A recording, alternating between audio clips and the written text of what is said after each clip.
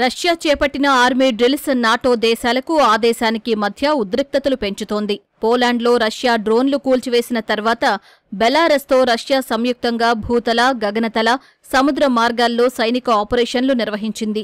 ఉక్రెయిన్లోకి విదేశీ దళాలు ప్రవేశించకుండా ఉండేలా హెచ్చరిస్తూ రష్యా, బెలారస్ కలిసి సైనిక శక్తిని ప్రదర్శించాయి.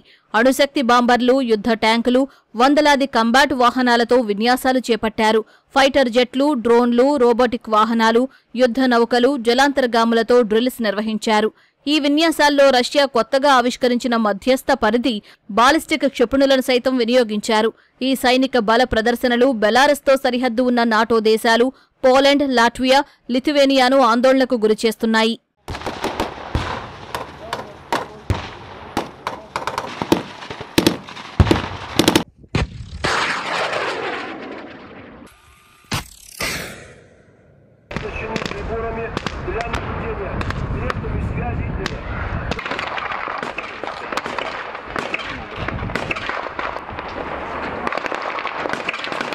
రష్యా, బెలారస్ సంయుక్త సైనిక ప్రదర్శనలు కవ్వింపు చర్యలుగా ఉన్నాయని నాటో కార్యదర్శి జనరల్ మార్క్ రుట్టే విమర్శించారు.